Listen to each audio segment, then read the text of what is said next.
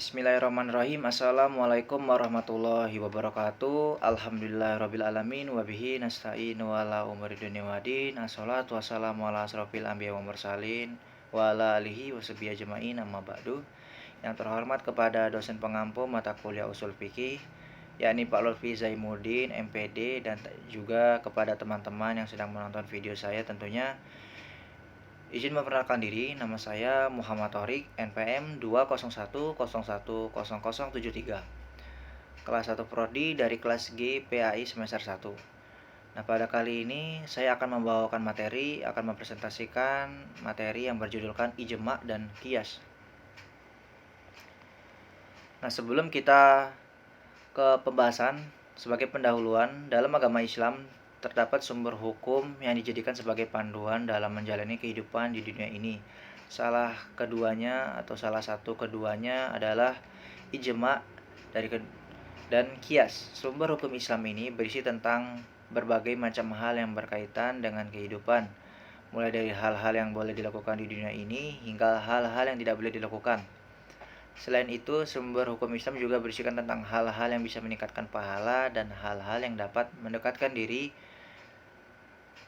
kepada Allah Subhanahu wa taala. Tanpa adanya sumber hukum Islam, maka umat Islam akan sulit menentukan arah kehidupan yang baik dan sulit mengetahui cara agar bisa mendekatkan diri kepada Allah.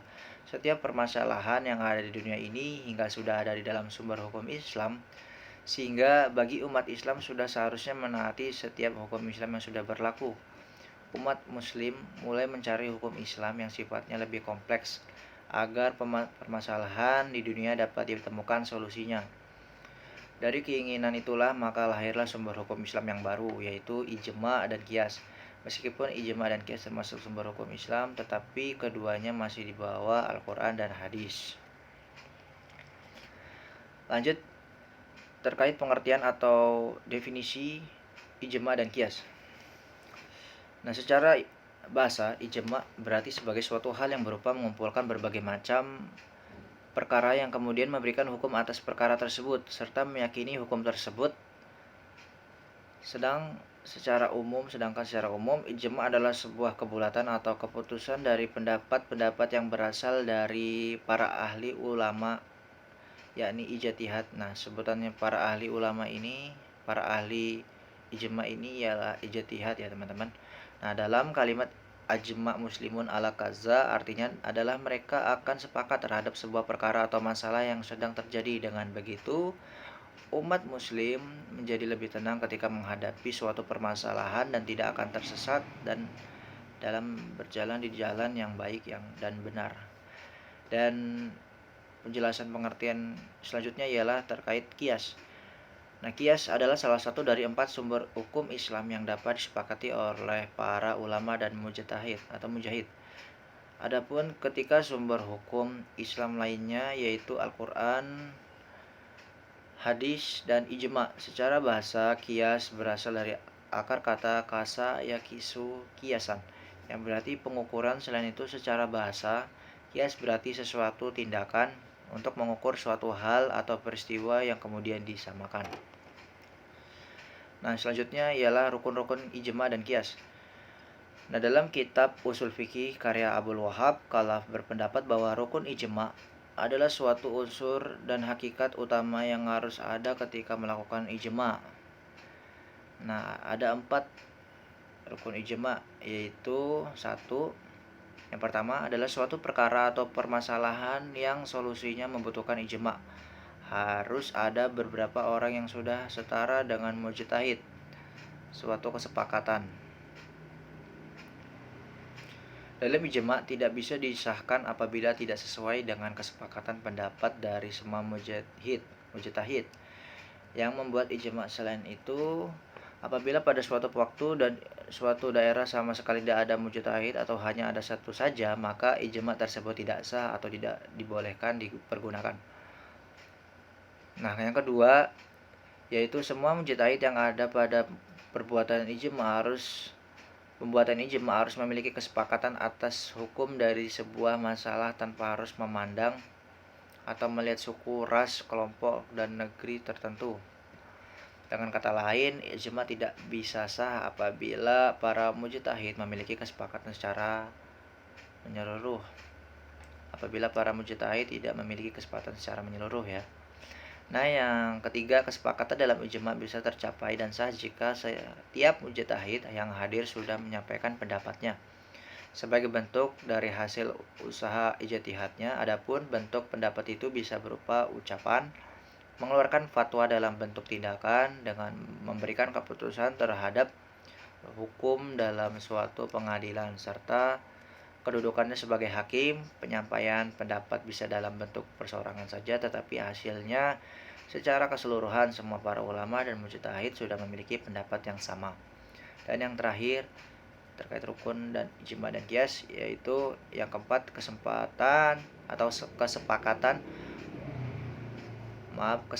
hukum yang sudah dicapai saat melakukan ijma berasal dari hasil kesepakatan para ulama dan mujtahid secara keseluruhan. Apabila ada beberapa ulama atau mujtahid yang tidak setuju dengan hasil kesepakatan yang sudah ditentukan, maka hal tersebut tidak bisa apabila ada beberapa ulama atau mujtahid yang tidak setuju dengan hasil kesepakatan yang sudah ditentukan, maka hal seperti itu tidak bisa disebut dengan ijma.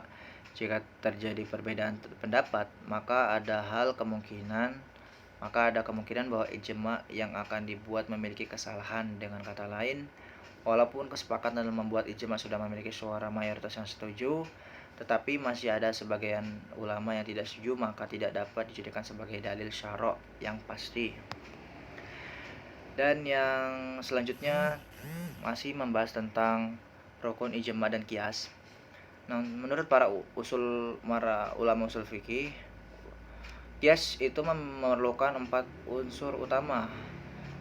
4 unsur ini sering juga disebut dengan rukun: al-aslu, yang kedua al-far'u, yang ketiga al-hukmu, dan yang keempat al-ilat.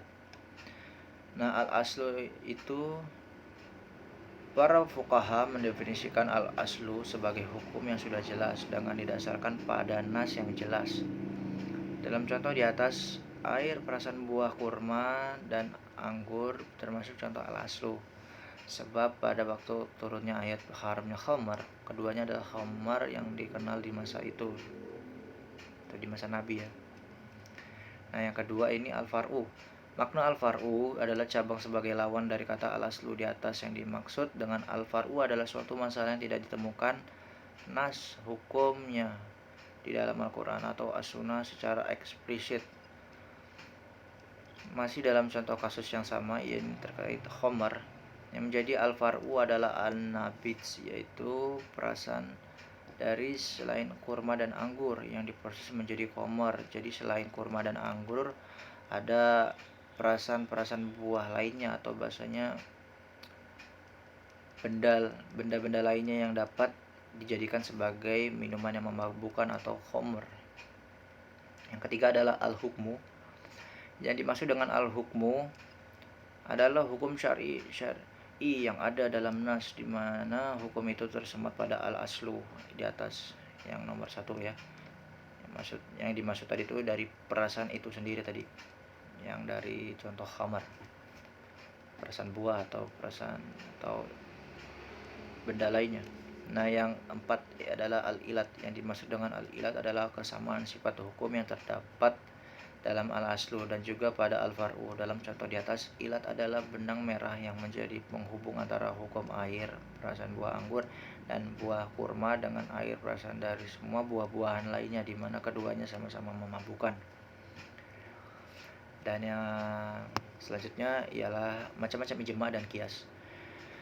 Nah, menurut para ulama ushul fikih, ijma terdiri dari 2 jenis, yaitu ijma al-sukuti dan ijma al-syari.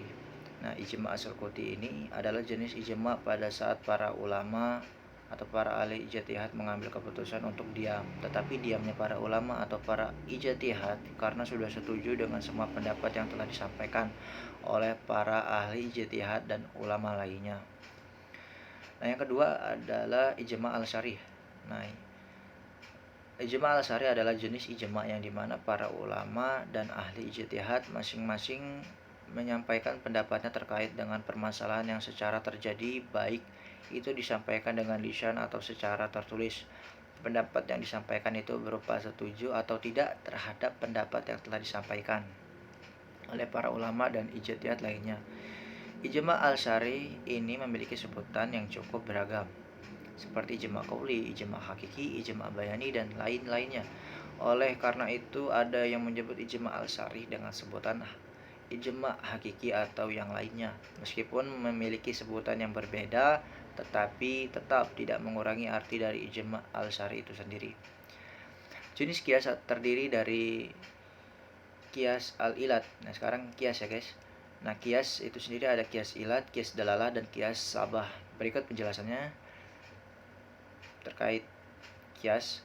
Nah, yang pertama kias ilat. Jenis kias yang pertama adalah kias ilat, yakni jenis kias yang sudah jelas ilat dari kedua persoalan yang dibandingkan atau diukur, sehingga baik masalah pokok maupun cabang sudah jelas ilatnya, sehingga para ulama secara mutlak akan sepakat mengenai hukum dari sesuatu sedang dibandingkan dan diukur tadi. Misalnya saja hukum mengenai minuman anggur. Buah anggur memang halal, namun ketika dibuat menjadi minuman maka akan mengandung alkohol. Alkohol yang memberikan efek memabukkan di sini ya, bukan minuman anggur yang pada umumnya. Namun di sini yang sudah diberikan perisa alkohol, jadi sehingganya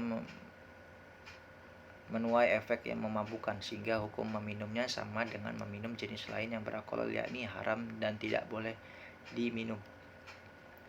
Dan kias ilat kemudian terbagi lagi menjadi beberapa jenis. Nah, di situ ada kias jali, kias kafi. Nah, jenis kedua dari kias adalah kias jali, yakni jenis kias yang ilat suatu persoalan bisa ditemukan nasnya dan bisa ditarik kesimpulan nasnya, namun bisa juga sebaliknya. Misalnya adalah pada persoalan larangan untuk menyakiti kedua orang tua dengan perkataan kasar.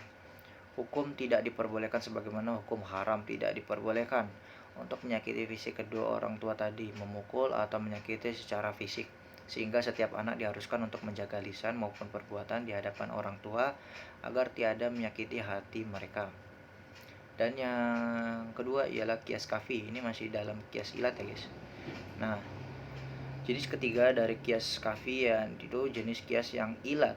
Suatu persoalan diambil dari ilat masalah pokok. Jadi jika hukum asal atau persoalan utamanya adalah haram, maka persoalan yang menjadi cabang pokok tersebut juga haram. Demikian jika sebaliknya. Salah satu contoh jenis kias satu ini adalah hukum membunuh manusia baik dengan benda yang ringan maupun berat, di mana hukum keduanya adalah haram atau dilarang.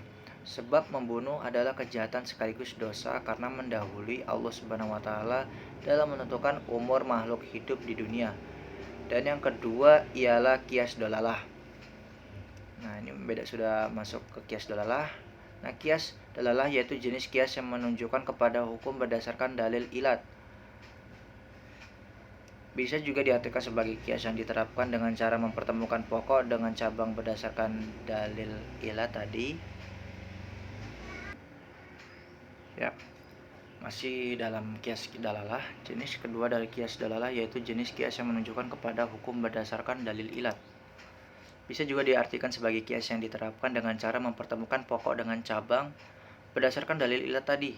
Contoh dari kias jenis ini adalah ketika mengkiaskan nabas dengan arak, di mana dasarnya adalah sama-sama mengeluarkan bau yang terdapat pada minuman yang memabukkan. Yang ketiga ialah kias sabah. Jenis ketiga adalah kias sabah, yakni kias yang mempertemukan antara cabang dengan pokok persoalan hanya untuk menyerupaan. Contohnya sendiri bisa diambil dari yang disampaikan oleh Abu Hanifah mengenai mengusap atau menyapu kepala anak berulang-ulang. Tindakan tersebut kemudian dibandingkan dengan menyapu lantai memakai sapu, sehingga didapat kesamaan, yaitu sapu. Hanya saja untuk kias sabah sendiri oleh beberapa muhakkikin mendapatkan penolakan. Nah, penolakan apa itu? Nah, penolakan sehingga menjadi jenis kias yang terbilang jarang diterapkan, ya, penyerupaan. Nah, itu tadi yang bisa saya sampaikan terkait materi ijma dan kias. Kurang lebihnya saya mohon maaf apabila apa yang saya sampaikan dari kata atau perkataan saya kurang berkenan, saya mohon maaf sebesar-besarnya, dan kepada Allah saya mohon ampun. Astagfirullahaladzim, astagfirullahaladzim, astagfirullahaladzim. Saya akhiri, wabillahi taufiq wal hidayah. Wassalamualaikum warahmatullahi wabarakatuh.